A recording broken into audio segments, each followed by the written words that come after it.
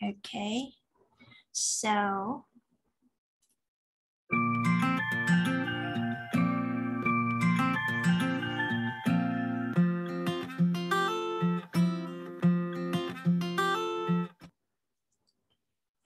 so first of all, I would like to welcome everyone to Buddha Dharma, Cure to the Mind, a commentary to Medicine Buddha Sutra and daily practices. So as we begin our session for today, let us all start with a very short silent meditation. Let us try to sit comfortably. And if you have glasses, you may remove the glasses. If you're sitting on a chair, please make sure that both feet is flat on the floor and our hands resting on our laps, making meditation gesture with two thumbs gently touching each other. Let us close our eyes, slightly tucking our chin, regulate our breathing as we focus our mind on each breath that we breathe in and out.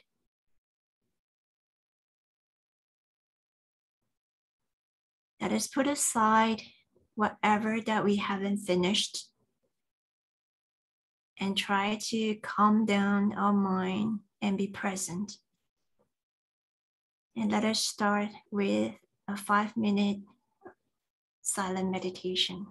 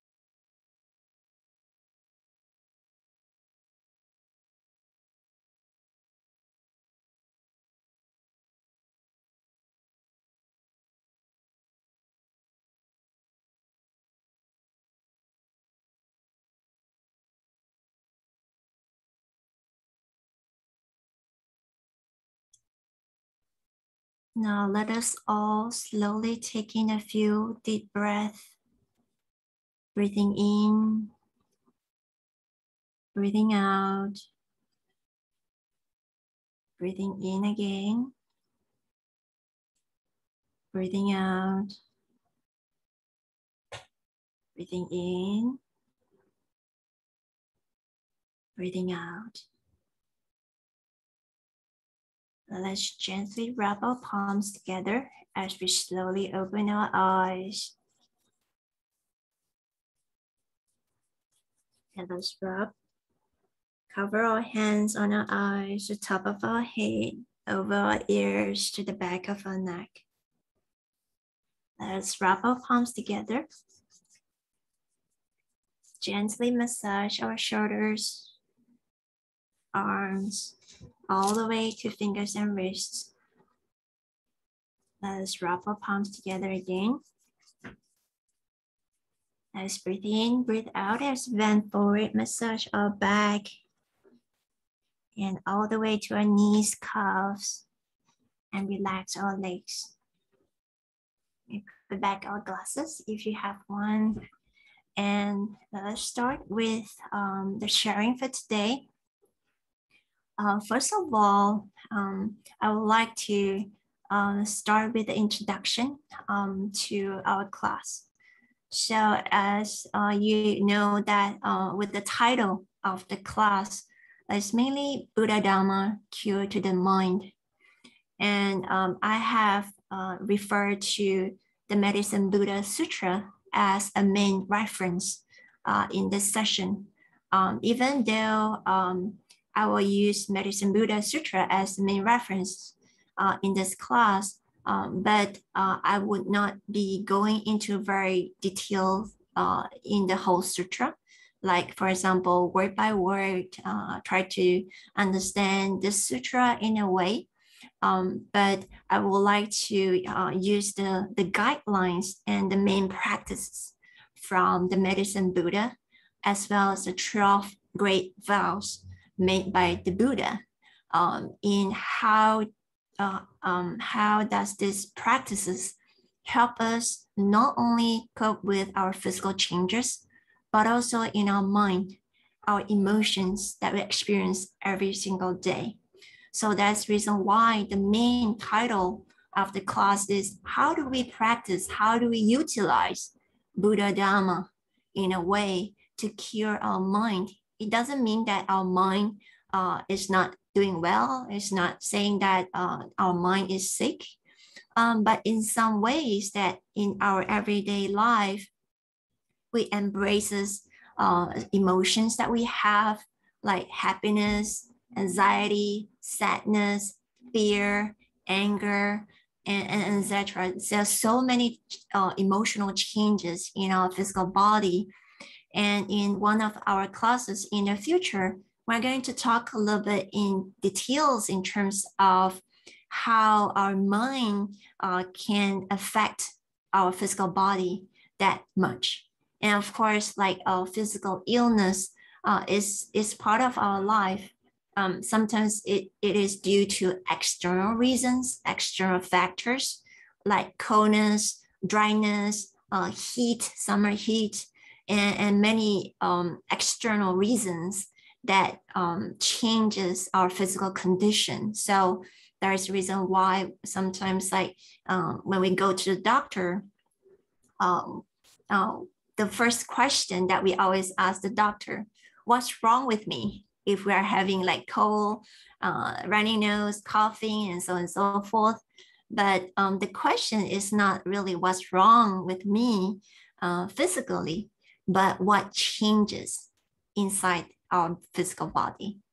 It is because just like what the Buddha has realized in his enlightenment, that in this life we experience sickness, aging, and death. And of course, there's birth eventually. So we experience sickness or discomfort physically and also like emotionally from time to time. Is because of the changes in environment. Sometimes the external environment we cannot control, but most importantly is how do we manage the elements, the conditions that we can manage.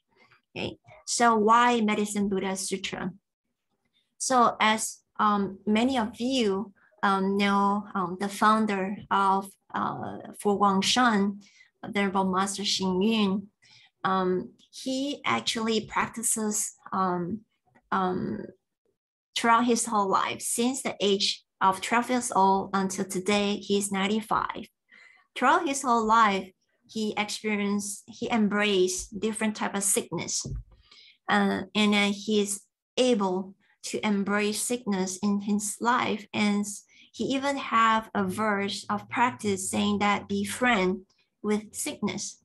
And how does Verbal Master embrace with the physical changes throughout his whole life?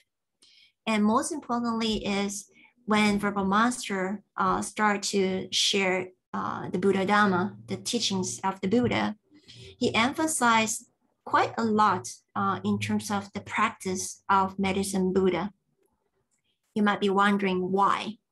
It is because during some point of his life when he was young, we know that he spent a lot of time in Taiwan, where many of the people, especially Buddhists back then, they practices more on the Western Pure Land practice, where they recite Amitabha Buddha Sutras, they recite Amitabha Buddha's name, and try to practice concentration in focusing on the Buddha's name, in hope that when this life ends, we will be able to continue our practice with Amitabha Buddha in the Western Pure Land.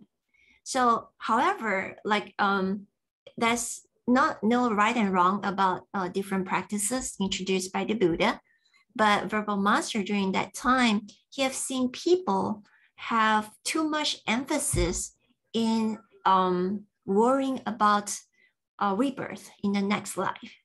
And many people have forgotten about the practice in this present life. So that's the reason why Verbal Master introduces the Medicine Buddha practice and the Sutra of Medicine Buddha to the local communities during that time. Through the learning from the Medicine Buddha and the Medicine Buddha's 12 Great Vows, one will be able to better understand the 3 poisons that the Buddha mentioned, like greed, hatred, and ignorance in our mind. How do we cope and how do we solve the greediness with the practice of giving and dana? How do we solve the problem of like anger, getting angry from time to time? We practice great compassion. So how do we solve and how do we see the reality of life where many times we are being covered by our ignorant mind? How do we try to see and understand more about the reality of life that we live every single day? We encounter so many different people, different situations in our life. Sometimes it's smooth, sometimes it's hard, sometimes it's up, sometimes it's down. How are we going to cope with our everyday life here while we are still here, while we're still breathing? So that's the reason why from Verbal Master, he practices and he embraces the teachings of Medicine Buddha in many of his occasions, many of his life, in many phrases in his life. So to start with getting to know the Medicine Buddha Sutra, let us have an overview of this sutra. The main reference that I share with you all is actually translated from Sanskrit to Chinese by one of the very prominent translators in Chinese history by the name of Venerable Xuanzang. Many of you who learn about Chinese Buddhism history, you might know this Venerable who did a lot of translation, who traveled by foot for 17 years, all the way from China across the Middle East, down along the Silk Road and down to India. And he spent years in Nalanda University to memorize all the original texts in Sanskrit. And also he learned to not only to memorize all the sutras, but he learned with the great teachers there. And then eventually when the time has come, he traveled back to China and of course bringing to him with him lots of copies of the original text. And when he arrived back in China, he spent a lot of time together with hundreds of people gathered in a big hall to do translation from Sanskrit to Chinese with so many levels of proofreading, one level until the next, until we have the sutra in Chinese that we have in hand today. It is because of the long history, and it is because of the collaboration with so many people back then. And not only that, we know that in India, during between like 11th to 13th centuries, we know that because of the differences in religions, Nalanda University was actually burned down. And the 6 big libraries that they have were burned down, and all the scriptures, all the sutras inside the library were gone. So eventually, throughout the later days of the Indian Buddhism history, many of the Indian practitioners, they actually travel back to China to try to get sutras from Chinese and translate it back to Sanskrit. So you can see like the collaboration here, like, and of course, thanks to Verbal Xuanzang, who managed to bring back copies of original text in Sanskrit, so that those in India or even the scholars today, they'll be able to cross-reference between the different versions of Tripitaka, different versions of Buddhist canon that are still available today, whether it is in Chinese, whether it is in Sanskrit, Pali, or even Korean, Japanese. There are so many different languages referring to the same sutra, the same text. But for this term, when we look at the Medicine Buddha Sutra, it is mainly using the version that were translated by Verbal Xuanzang. So in this sutra, it is just a single volume, not very long and not too short. And this sutra emphasizes the liberation of sentient beings from illnesses, suffering, disasters, and misery, as well as the acquisition of property and happiness in this lifetime, this present life. It also detailed the 12 great vows that Medicine Buddha made when he was still Bodhisattva. So we all know, like even in Amitabha Buddha Sutra, we learn about the 48 great vows of the Buddha. And for Medicine Buddha, when he was practicing the Bodhisattva's path, he made 12 great vows that today we are going to look briefly into the 12 great vows of Medicine Buddha. It is because when the Medicine Buddha was practicing the Bodhisattva's path, he made these 12 great vows, and then he realized these 12 great vows. And there's reason why he realized and become the Buddha in a way. So it is a Dharma treasure for solving the practical problems of our life. Okay. So this is just a very, very general overview of Medicine Buddha Sutra. So as we look at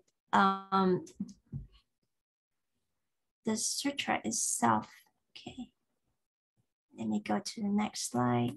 Okay, so if any one of you had the opportunity to look through and read the Medicine Buddha Sutra, you know that the audience, when the Medicine Buddha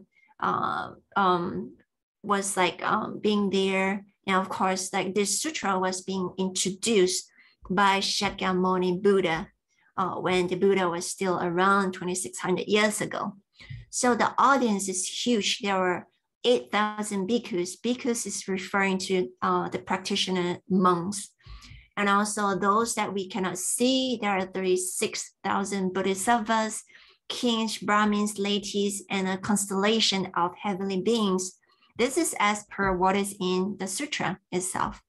And the location where the Buddha shared this, the practice of Medicine Buddha, it was actually in Vasali.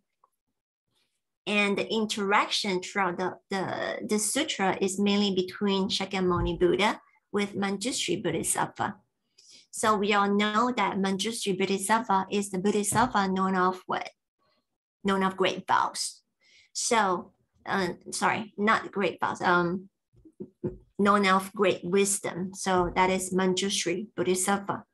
So in many sutras, sometimes there's always a bodhisattva or a person who raised a question to the Buddha. And only then the Buddha answered. And the Amitabha Buddha Sutra that many of you know is a sutra where there's no one in the audience who raised this question. And the Buddha shared this teaching himself with the audience. Okay, so let us look at what question that Manjushri Bodhisattva raised.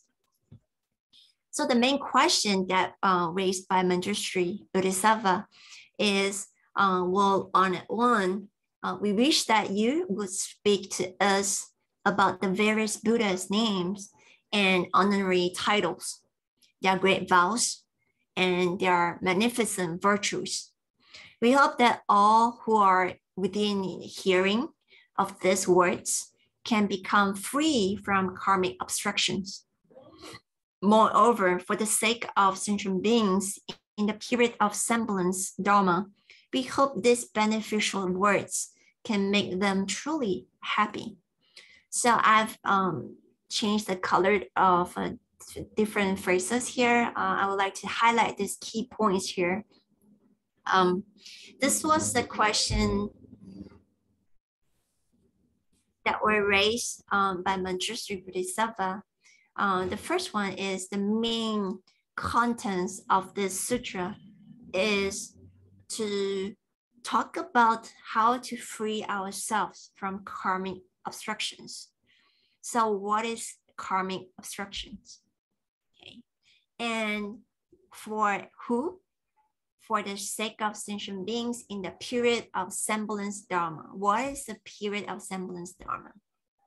Okay, so let us take a little bit time to look into karmic obstructions. For those of you who know Chinese, I have put in the two words in Chinese. It is 业障. And sometimes karmic obstructions can be translated and also known as karmic hindrance. So what does it mean? In Sanskrit, it is called karma varana. Literally means the obstacles consisting of action. Okay, so which means that karma, we know karmic karma. Karma is based, it is because we generate karma is from the thoughts that we have in our mind. The verbal karma is actually from the words, the speech that we say.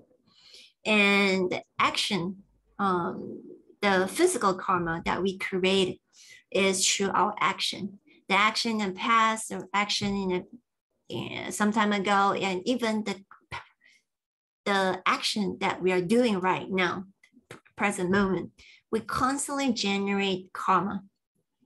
So sometimes like we might unintentionally done something that might hurt others in a way.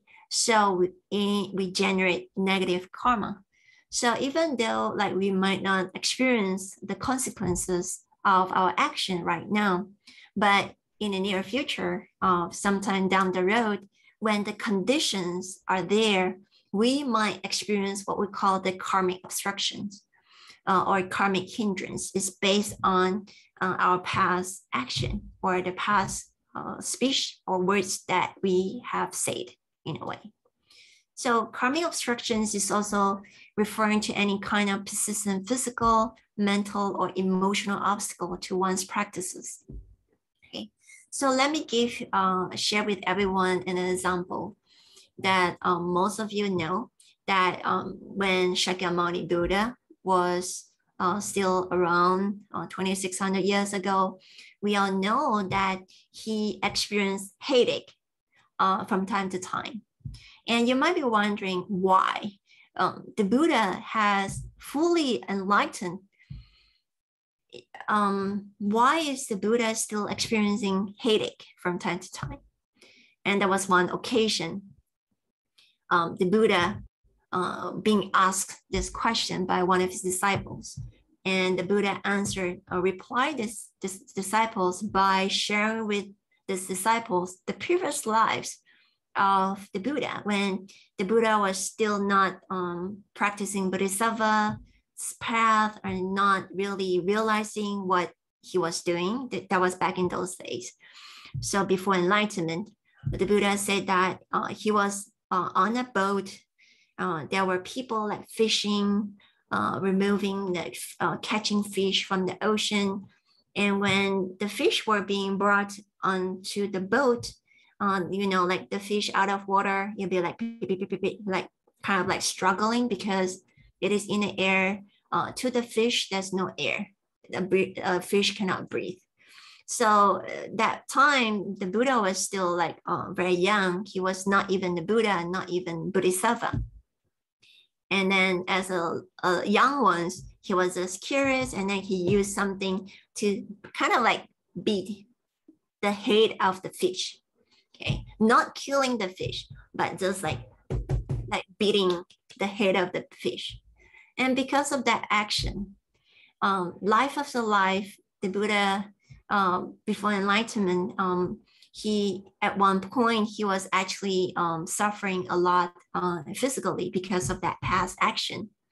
And when the Buddha realized full enlightenment, that is the last life as a human, and the Buddha was experiencing the last bit of like the karmic obstructions, where the whatever that the Buddha was experiencing physically. Okay, he embraced the karmic action that he had done in the past, and then he actually experienced headache.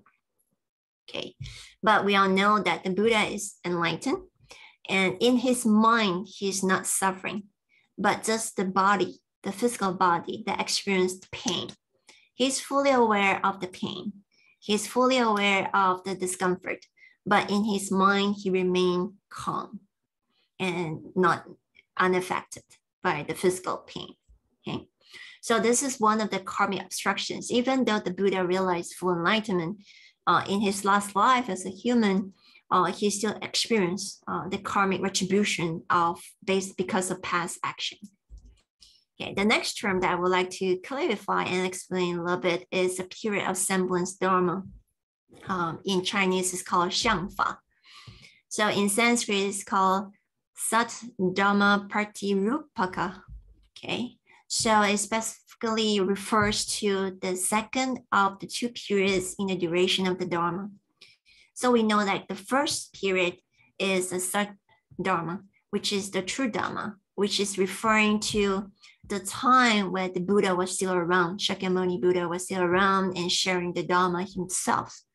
That is the first phrase of Dharma period. Okay, and the second phrase, the period of semblance of Dharma, is referring to the years after, the 500 years after the Buddha. Okay, during that time, there's still Dharma, and people are still practicing the Dharma. And the third period of time is where we refer to right now, the period after 1,000 years after the Buddha, which is the period of final Dharma. So when the Buddha shared this Dharma, he's hoping that those who are in the later days, when we get to know and learn more about the Dharma, it is mainly for us to practice. Okay, and then you might be wondering, well, now we are in the third phase of the Dharma, the final Dharma. Okay, as long as we understand the Buddha's teachings, as long as we understand, we practice the Buddha's teachings as per the Buddha, okay, we are not attaching to any form of the Dharma, and we have the correct or right view, right understanding of the Buddha's teachings. So this is what I would like to share with you on the pure semblance of Dharma. Okay, so this is actually on the very first paragraph of the Sutra of Medicine Buddha. So now let us take some time to quickly look at the 12 great vows of Medicine Buddha. So the first vow, may all be likewise brilliant and adorned in body, in the physical body, and completely equal to me. The me here is referring to Medicine Buddha.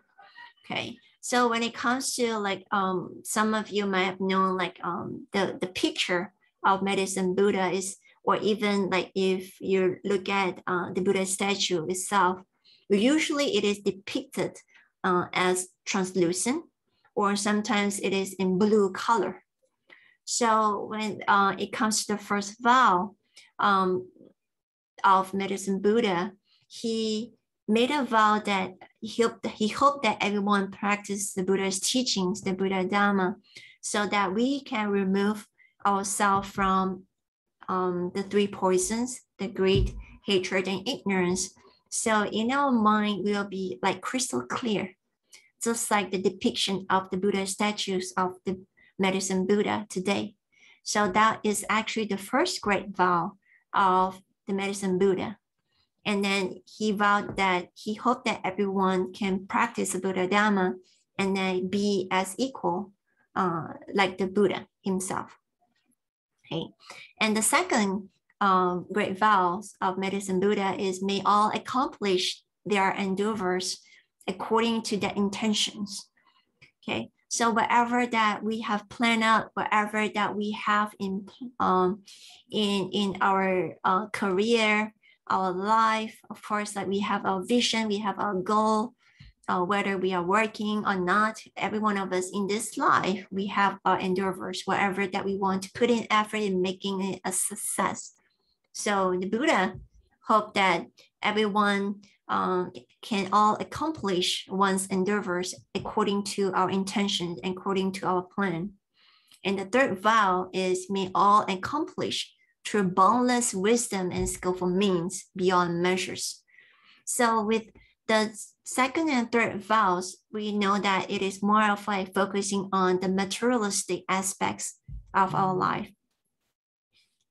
Even though the first vow is kind of like a skillful means, like a parable in a way, that using the physical body to depict our mind being free from defilements in a way.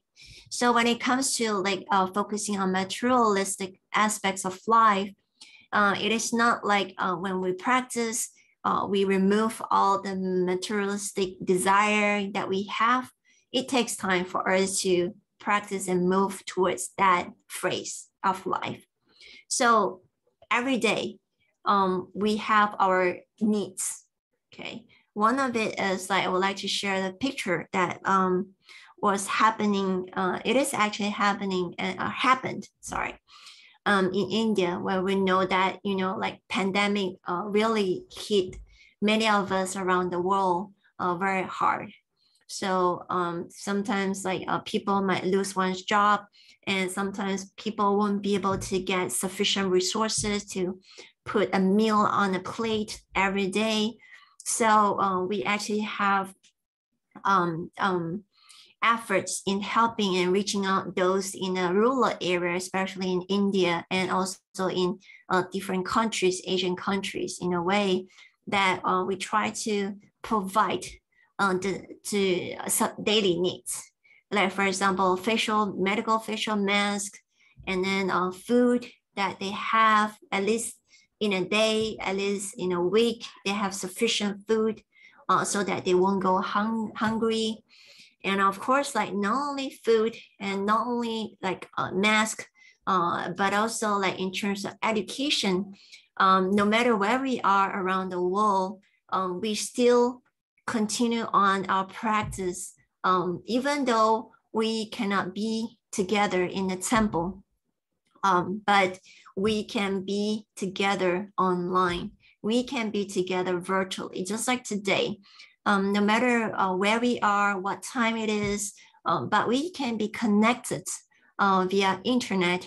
And of course, thanks to technology and thanks to all the causes and conditions that enables us to stay connected via the help of technology and also internet, but also everyone's mind willing to continue our practice on this path.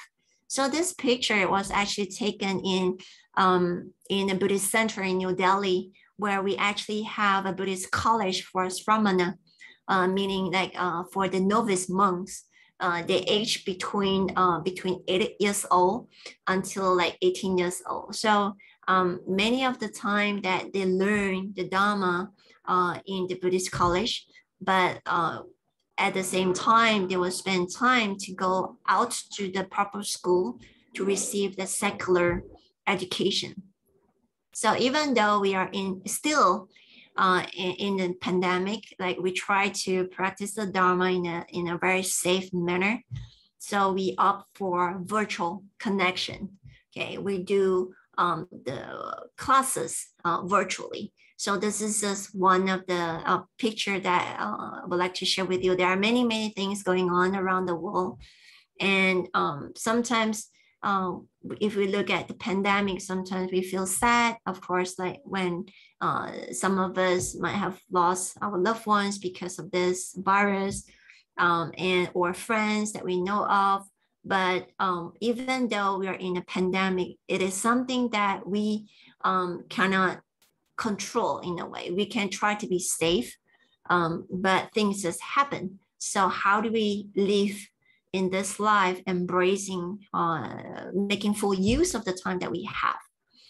It is still fulfilling the materialistic aspects of our life, and also the spiritual needs in our mind, where we continue to practice via online, via internet. Okay, and the fourth vow is may all be established on the path of the great vehicles, meaning that as the beginning stage, we all learn the core teachings of the Buddha. We learn the different dependent originations. We learn the reality of impermanence. We learn the reality of non-self, and slowly we get to know different sutras, different teachings by the Buddha. But as we practice on our self-practice, we slowly learn how to embrace others in our practice. So this is what we call the path of the great vehicles. When we benefit in practicing the Buddha Dhamma, how are we going to share with others, hoping that our family members can also benefit from the learning from the Buddha, getting to know the reality of life? How do we share this Dhamma joy with others? Okay, but of course, with the first condition is we have to establish right view and right understanding of the Buddha Dhamma, of the Buddha's teachings. Okay, that is the fourth vow. And the fifth vow, Miao practice wholesome living and uphold all precepts according to my teachings. So this is the importance of upholding precepts. When it comes to upholding precepts, is for us to have a mind that always put others before ourselves, meaning that whatever that we do, it is out of respect towards others. Whatever that we say, we try to be mindful of our words that we say to others. Am I hurting others? Am I overtaking what is not allowed by others? Am I respecting others? This is the importance of upholding precepts. When it comes to upholding precepts, it raises the level of mindfulness. It raises the level of self-awareness, so that whatever that we have in our mind, whatever that we say, whatever that we do, we always be mindful that we are not hurting others, we are not harming others, we are not stepping foot in others' space. Okay, so this is what we call upholding precepts. Okay, and hoping that every one of us have a wholesome or righteous living. Okay, and the sixth vow is may all be complete in all faculties. We gain optimum health and intuitive mastery of all knowledge and skills. So the sixth vows is like focusing on healing the serious disabilities. And of course, it also emphasizes on helping and reaching out to those who are sick and poor, reminding us that for us, like we are complete in faculties, which means that we have our six senses, we have our hands, our legs, we have the ability to walk. We are not disabled.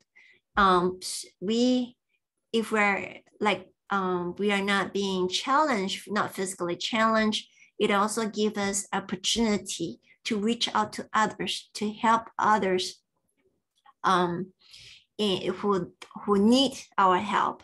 Okay, so this is one way for us to cultivate compassion and loving kindness towards others. And the seventh vow is, may all find serene contentment in body and mind, feeling satisfied, feeling grateful with whatever that we have.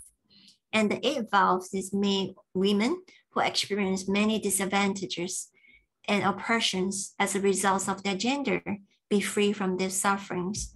And the ninth vow, may all become established in the correct perspective and gradually assume practice of all Bodhisattva's disciplines. So the ninth vow is mainly focusing on the right understanding of the Buddha Dharma. And the Buddha actually gave a parable saying that for those who do not have the right view of the life, the reality of life or the Dharma, it's just like a moth flying towards a flame. Okay, we all know like moth likes light. Whenever they see light, they will fly towards the flame, fly towards the light. Okay, and the moth, if it is flying towards the fire, what will happen to the moth? Okay, the same goes to an individual. If we do not establish a right view and we have the wrong view of what is really the truth, it will not lead us anywhere. Like, for example, like right now we are still in a pandemic. We all know that the scientists had worked around the clock trying to give us the best, to give us the vaccines. But until today, some of us still think that the pandemic was a hoax, is a hoax. It's not true. Some of us still have the wrong understanding that the vaccine is not working or like is harming our physical body.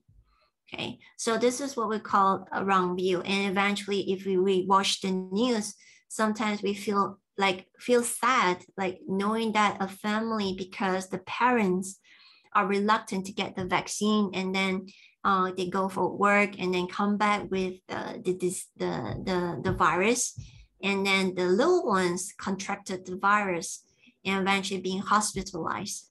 Okay, so this is what we talk about. Wrong view is like moth flying towards flame.